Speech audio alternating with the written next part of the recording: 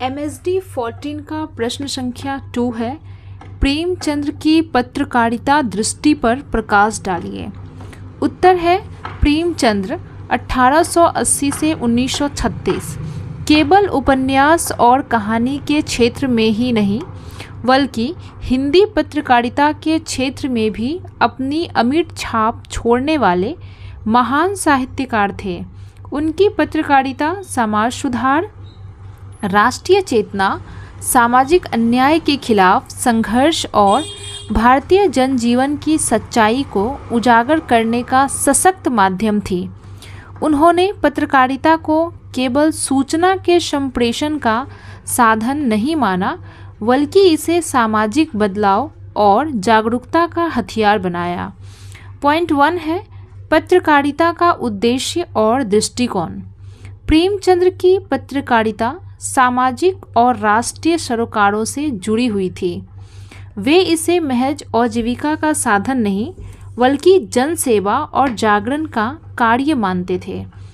उनकी लेखनी शोषित, दलित और उपेक्षित वर्ग की आवाज़ थी। उनके लेखों में सत्य के प्रति निष्ठा और समाज सुधार की भावना स्पष्ट झलकती थी। पॉइंट 2 है, हंस और जागरण पत्रिकाओं का संपादन। प्रेमचंद्र ने 2 महत्वपूर्ण पत्रिकाओं हंस और जागरण का संपादन किया। क है हंस 1930। प्रेमचंद्र ने हंस पत्रिका को एक सशक्त साहित्यिक और सामाजिक चेतना का मंच बनाया। इस पत्रकारिता के माध्यम से उन्होंने साहित्य को आम जनमानस से जोड़ने का कार्य किया। ख है जागरण 1932।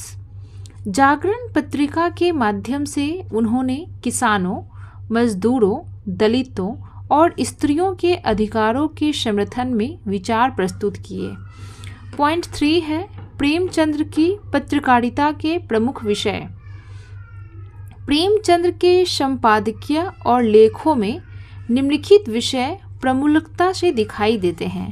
क है राष्ट्रीय चेतना और स्वतंत्रता संग्राम। ख है सामाजिक सुधार और जातिवाद विरोध। ग है शोषण और वर्ग संघर्ष। घ है नारी सशक्तिकरण। पॉइंट 4 है, प्रेमचंद्र की पत्रकारिता की शैली। प्रेमचंद्र की भाषा सरल, प्रवाही और व्यंग्यात्मक थी। उनकी शैली में आम जनता की समस्याओं को सजीव रूप से प्रस्तुत करने की अद्भुत क्षमता थी। वे तर्कशील और तथ्यपरक लेखन के पक्षधर थे।